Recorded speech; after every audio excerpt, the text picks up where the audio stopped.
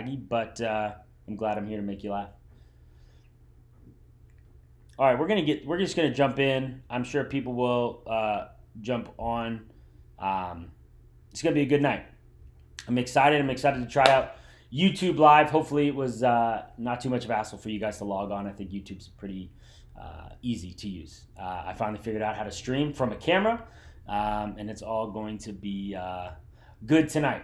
I'd like to read a couple scriptures for you, just to kind of center tonight's talk, and then I'm going to kind of talk about where we're going, and I think it's going to be really good. A couple scriptures, you don't even have to pull them up or open your Bible unless you want to. First one is from 1 Thessalonians chapter 5, verses 16 through 18, and the Apostle Paul writes, "Always be joyful, never stop praying, and be thankful in all circumstances, for this is God's will for you who belong to Christ Jesus." And in Colossians 4:2, Paul says to devote yourselves to prayer with an alert mind and a thankful heart. Tonight, simply what I want to talk about, shout out to Kaylee, my sister, watching from San Diego. Tonight's big idea is something that we've kind of been hinting at. If you guys don't remember, for those of you who are part of our youth group, theSOCIAL, for the weeks leading up to the quarantine, we were in a series on prayer as a church called 40 Days of Prayer. And at youth, we've been looking specifically kind of at the different aspects of what prayer can be in your life. And we've talked about prayer as a refuge, prayer as a weapon, prayer as an opportunity to connect with God. Tonight, what we've kind of been building to that whole time is I want to talk about prayer as a lifestyle. Prayer as a lifestyle and not just as a last resort.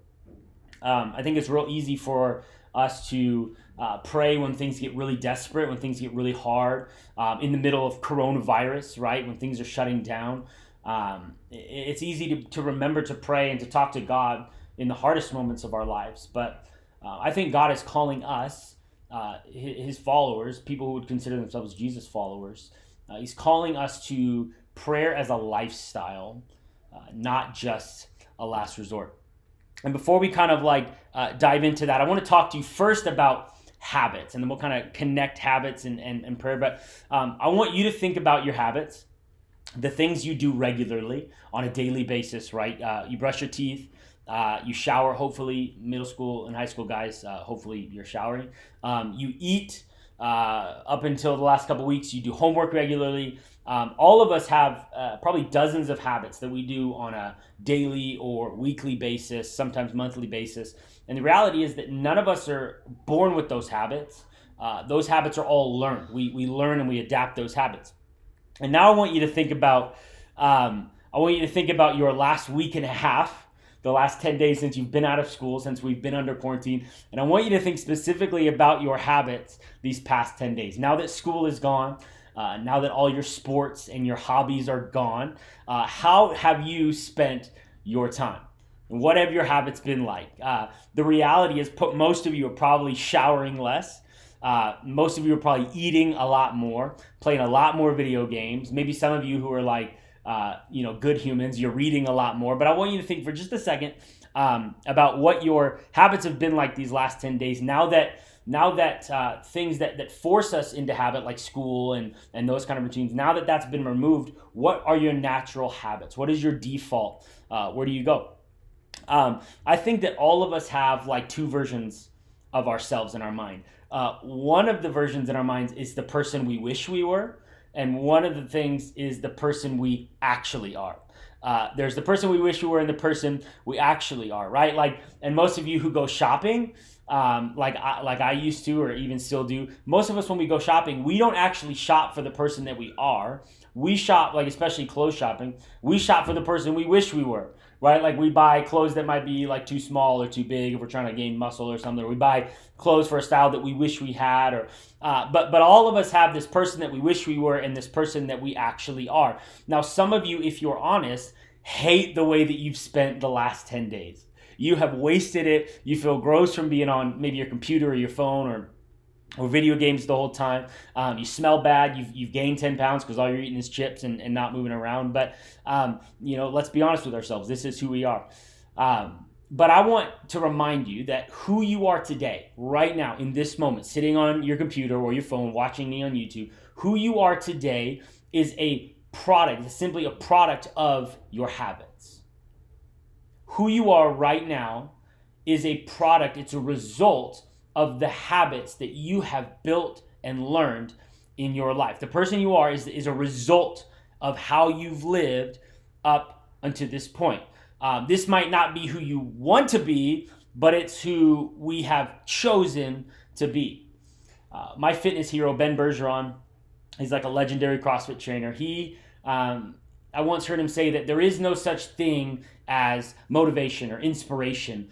All we have is our environments and our habits. All we have is our environments and our habits. Now, a lot of us blame a lot of our problems or the person that we are on our environment, on our upbringing, on our family, on our financial situation, on the school that we went to. And environments are a major player, and we're going to talk about that tonight. But that's only 50% of the picture. We can't change the cards that we're dealt. We can't change the hand that we're dealt, but we can choose how we play that hand. We can't choose the life we're born into, the family we're born into, but we can choose how we live our lives in those circumstances. Now, all of us, hopefully you're still with me, all of us, when we enter a new season, especially a season where we're going to have a lot of time on our hands, I think even subconsciously, we set goals. We set expectations for that new season, the person that we're going to be, the kind of things we're going to do, right? Like when you're heading into summer break, you have all these grand visions of like all the epic things you're going to do with your friends, all the fun you're going to have. And then like day 2 of summer, you're like, I'm bored. There's nothing to do.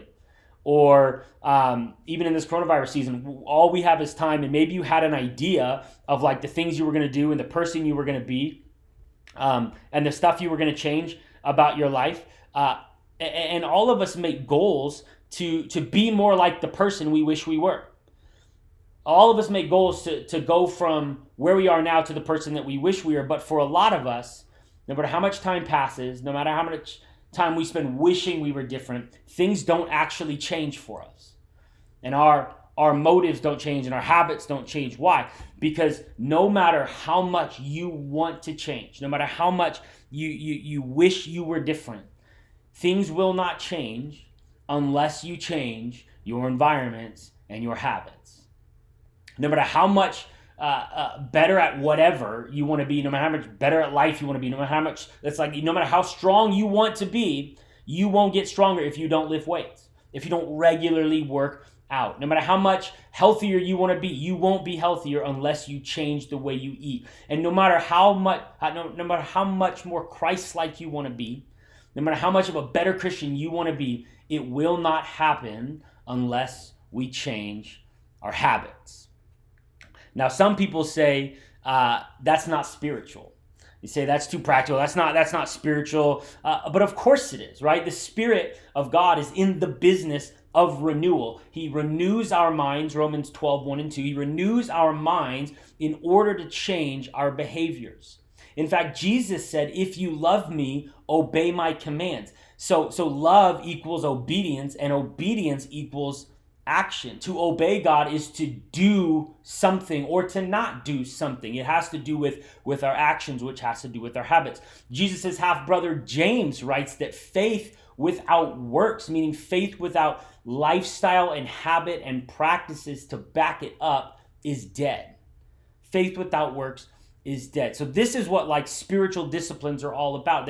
Spiritual disciplines are habits we practice wherein God makes us more like Jesus. It is not habits or a certain lifestyle that saves us or makes us right with God. But when we are saved and when we follow Jesus, we adopt a lifestyle that God will use to make us more like Jesus. But it's all about our environments and our habits. And so what does this have to do with 1 Thessalonians 5 and Colossians chapter 4? Well, Paul in both 1 Thessalonians 5 and Colossians 4, what we read at the beginning, in both passages, Paul is kind of closing out these letters to churches. And in both letters, it almost seems like they really mirror each other in a lot of ways, but they're kind of further instructions or final instructions, final greetings, kind of like last statements that he's making for the churches to remember. And in both statements, in both these verses, he mentions the idea of prayer. In 1 Thessalonians 5:17, he says to never stop praying. Always be joyful, never stop praying, be thankful in all circumstances. And then in Colossians 4, it's devote yourselves to prayer with an alert mind and a thankful heart. Never stop praying and be devoted to prayer. For Paul, I think prayer, it's obvious as you read through the New Testament, prayer was a lifestyle for Paul. And it seems as though conversation with God was like normal. It was as normal to him as maybe conversation between us in person or on YouTube might be for us. And that's the way Paul seemed to just be connecting with God on a regular basis. Jesus lived and breathed prayer, right? Paul lived and breathed prayer. They were devoted to it because they were devoted to God. And Jesus seems to assume throughout his life on earth that his followers would also be devoted to prayer. Tim Keller, in his book called Prayer, describes prayer as a response to a conversation started by God, that God initiates primarily through his word, his written word, the scriptures. God initiates and we respond, and that is prayer. And I think God is always speaking, but we are the ones who are not always in the habit of responding. Of all the practices that God uses to grow us, prayer, I think, is the most important. Prayer sums up a lot of maybe different spiritual practices in one, and you could break it down to different aspects and kinds of prayer and ways of living that are kind of all in prayer. But and there's lots of different ways to pray. But reading the Bible and prayer, that's like what any good Pentecostal will tell you once you get saved is you need to read your word and you need to pray, and that's because prayer starts in Scripture, and Scripture feeds prayer, and they kind of go hand in hand. You can't really pray without reading the Bible, or you can't pray well, and you can't read the Bible and probably not be drawn to prayer. But tonight, we're going to focus specifically on the habit, on the lifestyle of prayer. And just like there are two versions of us, like I talked about a couple minutes ago, just like there's the person we are and the person we wish we were, I think that for those of us who would call ourselves Jesus followers, there is the Christian that we are, and then there's the Christian that we wish we were. There's the Christian that we know deep down we are, who wants to be better, wants to do the right thing, but can't seem to make it happen. And then we look around and we go to church and we see all these people who seem so perfect and like they know how to follow God and they know how to pray and they know the language to use and they know how to lift their hands in worship and they know how to do all these things. And we think, man, that's the kind of Christian that I wish I was. But the greatest disciples of Christ throughout history, the greatest theologians, the greatest scholars, they all had one major thing in common. They prayed. They prayed. They were devoted to prayer. They lived lifestyles of prayer. They didn't use prayer as a last resort. They used prayer as a lifestyle. For them, it was like breathing. It was like normal conversation throughout the day in which God was always speaking, and they were in the habit of responding. And so I think the bridge of the Christian that you are to the Christian you want to be is a habit of prayer. It's a lifestyle of prayer. And you'll find that as you establish this habit and regularly come into the presence of God, God will slowly but surely begin to change your heart and your mind, your behaviors, and he'll change your life. So really quickly, I want to talk about three things to make prayer a habit. 3 things to make prayer a habit or a lifestyle. You can take notes. I honestly am old, and I don't know if this will be like on YouTube later to go back and watch, but I don't know. So take notes or type it to yourself or something. But the first thing is this. First thing we need to do to make prayer part of our lifestyle, part of our habit, is to recognize the importance of prayer. And so here's what I want you to do. While I grab a drink of water and I'm a little bit lagged behind, I want you guys to help me out. Anyone who's in here on the chat, I want you to type in just one word or one phrase of why you think prayer is important. So quickly do that. Jump in. Like I said, it might lag, so I might be here quiet for a sec. Type it in. Nothing coming in yet, but that's okay. Why you think prayer is important. Someone put family, okay. Maybe give it a little bit more. Connections. Connections with who? With God, hopefully. Connections. Maybe more than one word. Healing. Okay, good. I understand that one. Free therapy. Okay. To connect, All caps, I'm assuming that's God. Communication with God. Strength, love it, sister. Hope, relationship, gives you patience. Revelations, not the book, but revelations from God. I like it.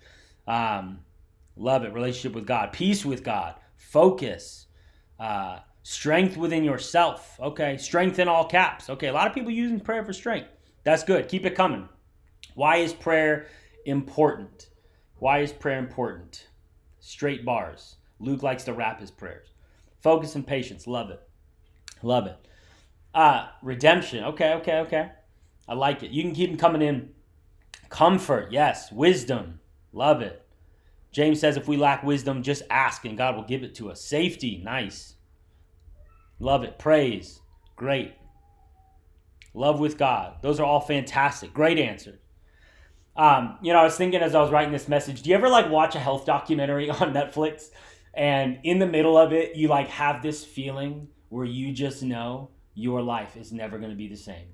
Because now that you know the truth about diet, or the truth about how our chicken is produced, or the truth about animal products, all of a sudden, like everything, you get this motivation and everything's about to change. And then nothing changes. I want to talk about this motivation because the motivation is good. And though we will work on the idea that nothing changes, I think we need to get to that point first of prayer where we get motivated. Where that's why I wanted you guys to type them in. I love them. Wisdom, love, relationship with God, period. Period. My bad. Okay, boomer. To grow our faith. Yes, in all caps. They agree. Myra agrees with all of it.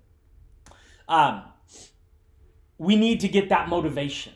That motivation is good. That documentary motivation, that gumption to do something different. We got to start with that. We got to realize how important prayer is. What's his name? Dang it, I'm thinking of a quote and I didn't write it down. It just came to me. Is it Oswald Chambers, who said that prayer is not the foundation of a greater work. Prayer is the greater work. Woo! Prayer is the greater work, y'all. It's good. I'm getting hamped up right now. Y'all got me fired up. Prayer is everything. Prayer is living, it's breath, it's foundation, it's life, it's communication with God. Prayer is so important.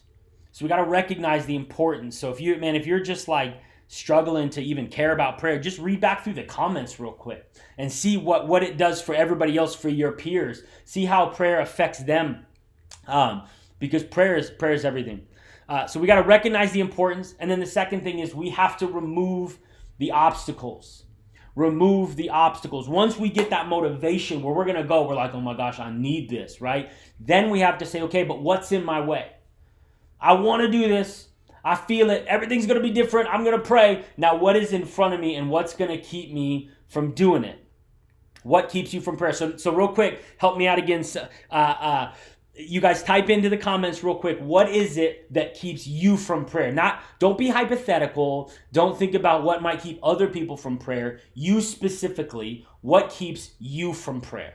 What keeps you from prayer? I'm going to check out the comments again. Such great answers on nothing. Okay, well, this person, Little Pickle Bean, be praying all the time. Nothing keeps them from prayer. Fear. Ooh, Myri, give me another sentence on that. Fear of what? Fear of what keeps you from prayer? Distraction. Woo. Social media. Yes. Grace, being honest. Lack of knowledge. Okay.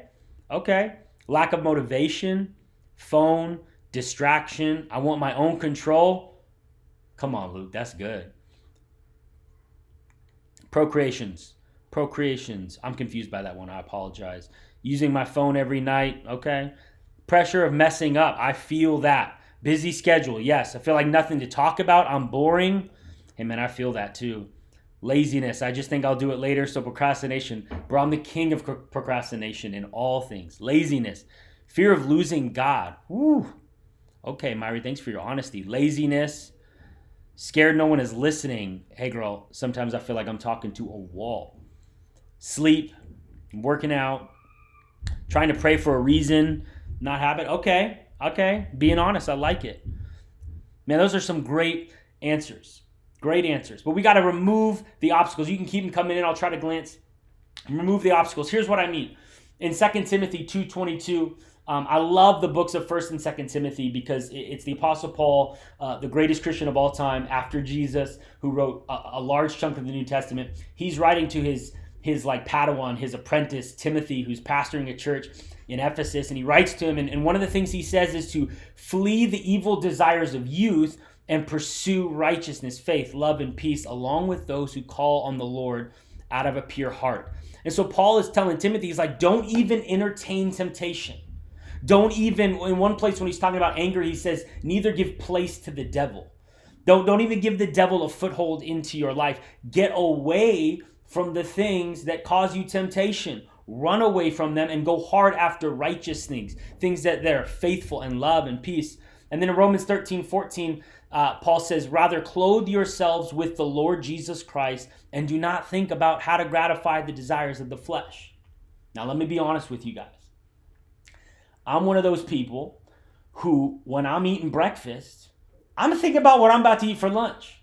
And when I'm eating dinner, I'm either thinking about what's for dessert or game planning for what's for breakfast the next day. Don't judge me, you're the same, okay? I'm always thinking about how I'm going to satisfy the things that I want.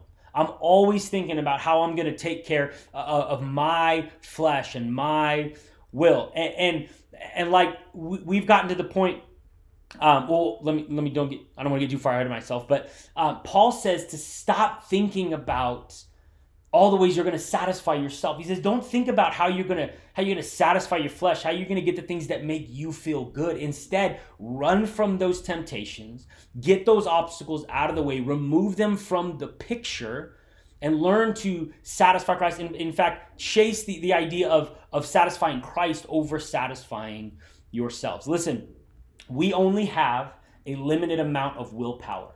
A limited amount, and we need to save it for when it counts. Charles Duhigg in the book Power of Habit writes this. He says, willpower isn't just a skill, it's a muscle. Like the muscles in your arms or legs, it gets tired as it works harder, so there's less power left over for other things. Listen, this is the power of environment, of removing the obstacles. We remove the things that take willpower to overcome, so that we can save our willpower for when we need it most. I have a hard time with self-control on my phone.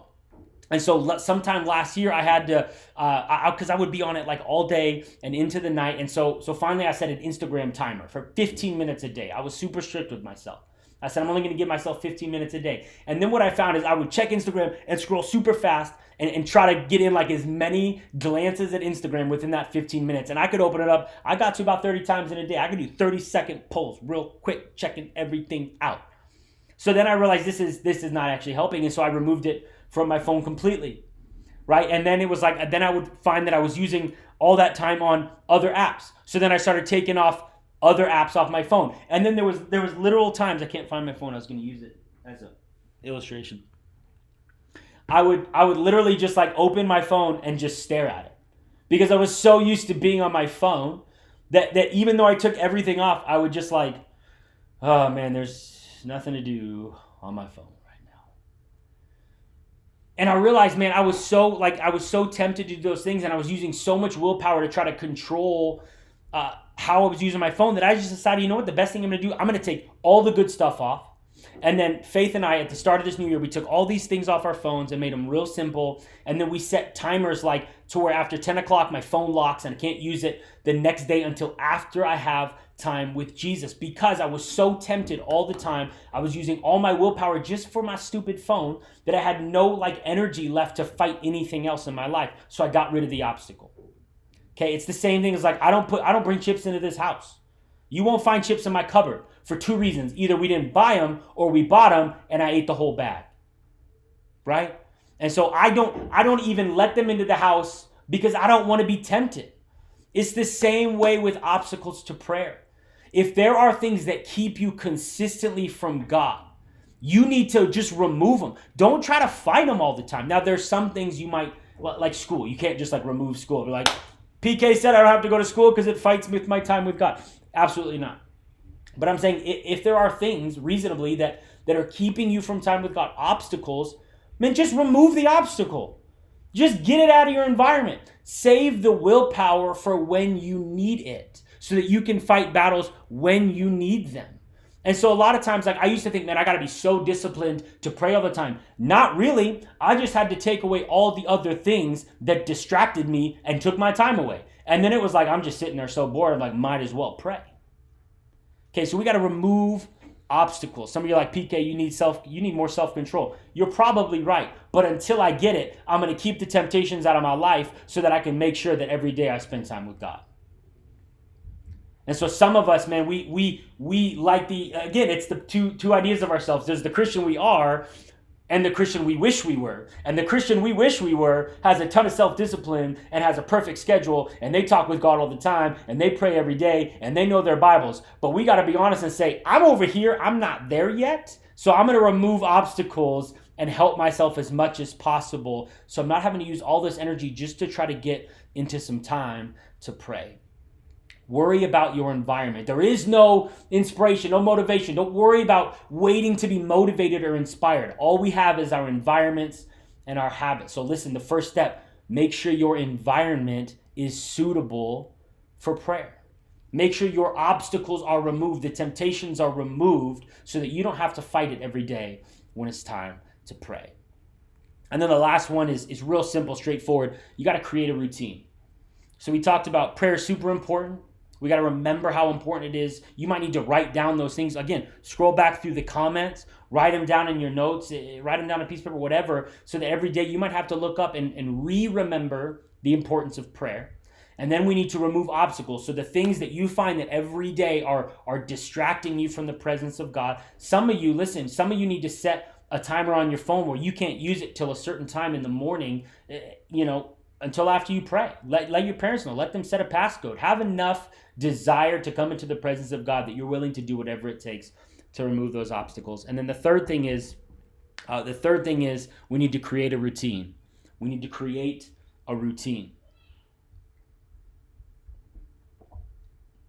One of my favorite verses is Luke 5:16, where it's talking about Jesus, and it says that Jesus often withdrew to lonely places to pray. He often withdrew to lonely places and prayed. Listen, I'm just going to be straightforward. A lot of people pretend they're too spiritual for scheduling things. A lot of people pretend they're too spiritual to actually put prayer on their daily calendar. And they think, well, I love God, I'll just get to it. But guess what? You won't. You won't. I promise you, it is so easy to let everything else in your day come flooding in before you get to prayer. Now, I'm not saying that praying in the morning is the only time that you can pray. Absolutely not. But for a lot of people, that's the one time in the day that you can control. That's or at least the best time in the day that you can control. And so one day you might be the kind of Christian who prays really well in all times and in all places. But until you're that person, realize that you probably most definitely need a consistent routine, a consistent time, and a consistent place to pray. For me, in 2020, my place has been the recliner. My father-in-law, when he was visiting at the end of last year, bought us a recliner at a yard sale. And I was like super mad when he bought it. I was like, we don't need a recliner. And now I've never been happier for something in my life. We moved it up to our bedroom. And it just sits in the corner, and there's a little nightstand next to it where my Bible and journal and whatever book I'm reading sits in it. Where I got my special little Bible highlighters. In fact, I have them right down here. Look at this. Oh. This is what my morning stack looks like right here. Every morning is this is my journaling pen, okay, because it writes really well. This is my Bible writing pen because I don't want to bleed through the pages. And then these are my Bible highlighters. They're color-coded. So I have a reason for each color as I flip through my Bible. Some of you are all like, nerd. Well, if you had this routine, you might be praying more often. Sorry, I'm snappy on live because there's no one here to stop me. Whatever book I'm reading, and then my Bible. Every morning, this is what I grab. And it sits in my nightstand next to my chair. And so every morning, 6 a.m. in 2020, that's the place I decided this year was going to be my spot. And really over the last 2 years, it's kind of morphed. And it's just become downstairs, literally right here on this spot, actually on the floor, because my wife just got a new rug and we don't want to ruin it. And I don't want to drink coffee on our new couch. And so I sit on the floor. I come down, I make coffee. And then by 6:20, I'm sitting here on the floor with my coffee on the tile so it doesn't spill on the carpet. And I got a special little pillow for sitting on the floor. I'm getting way too in-depth with y'all, but it's YouTube. We got to do it. And I sit literally right here to my left every morning, and I read a few chapters. I'm going through this year. I decided every year I kind of do a different thing. This year I'm going through the Bible in a year, and then I also read a psalm every day. So there's anywhere from 3 to 5 chapters right now in the Old Testament, and then I read a psalm every day that kind of corresponds with the day. And I do that every single morning. Now listen, I'll tell you, I'll be honest with you, especially when all this quarantine happened and my job is changing a lot, and at the church we're having to change the way we do ministry a lot, and I'm trying to figure things out. Those first few mornings I was stressed. I was feeling anxious. I'm sitting there pouring the water over my coffee, thinking about all the things I had to do that day. And I just kept telling myself, I'll get to it after I pray. I'll get to it after I spend time in the presence of God, because I cannot face those things until I've come face to face with God. And so where do you need to establish a place. You need to establish a time and a place where every day you know you're going to meet with God. Listen, it's not for God. It's not for God, because God's ready to meet with you anywhere and everywhere. He's not like waiting till you give him an appointment time so he can put you in his day planner. He's there always. It's for you. You need it. Trust me. Every day, where's your time? Where's your place? Listen, I promise you, length doesn't matter. Length doesn't matter. Don't worry about spending an hour in prayer. Wake up and read a psalm. Read one psalm and pray about it. 5 minutes. And then go about your day. And I promise you, things will change. You have to create a routine. And I find that especially now when you have so much time, it's easy to say, I'll find time. But in reality, you won't. You won't. You'll put it off. You'll procrastinate. So we need to recognize the importance. We need to remove obstacles and temptations. And then we need to simply create a routine. Same time, same place. Now, I'm going to kind of wrap up, and then we're going to all jump into our small group chats. If you're in this and you're not in a small group, you can send me a text or just comment in the comment sections, and we'll get you in one. We'll get you in on a video chat right after this. All of us have certain habits in our lives. All of us do, but very few of us have deliberately chosen what those habits are. Now, you can't choose the person that you are, but you can choose the habits that you have that will turn you into the person that you're becoming. All of us have habits, but very few of us have deliberately chosen them. God will use habits, practices, spiritual disciplines to change you. I want to leave you with this simple quote. Pete Greig, in his book called How to Pray, a super simple, straightforward method of prayer. He simply says that the best thing to say about prayer is to keep it simple, keep it real, and keep it up. Keep it simple, keep it real, keep it up. Keep it simple, keep it real, keep it up. Simplicity, honesty, consistency. Those are the 3 keys to prayer. I can't remember who it was in the comments, but they put that knowledge is keeping them from regular prayer.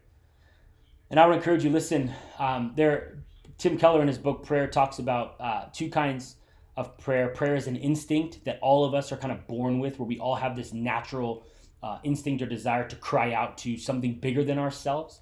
And then there's, he doesn't use this phrase, but I'll use it. Then there's like Christian prayer, in which our prayers are informed by the scriptures. And I would encourage you, if you're struggling, if you feel like, man, I just don't know how to pray or what to pray, begin to open up the scriptures. Start with Psalm chapter 1 and read it, knowing that there is a God who created you, who loves you, and who is inviting you into his presence to have conversation with him. Read those words and then begin to talk to God about them. Keep it simple, keep it real, keep it up. I'm going to pray for you, and then I think my kids might be coming down to say hi, but I'm going to pray for you, and then they can say hi, and then we're going to jump into our small group chats.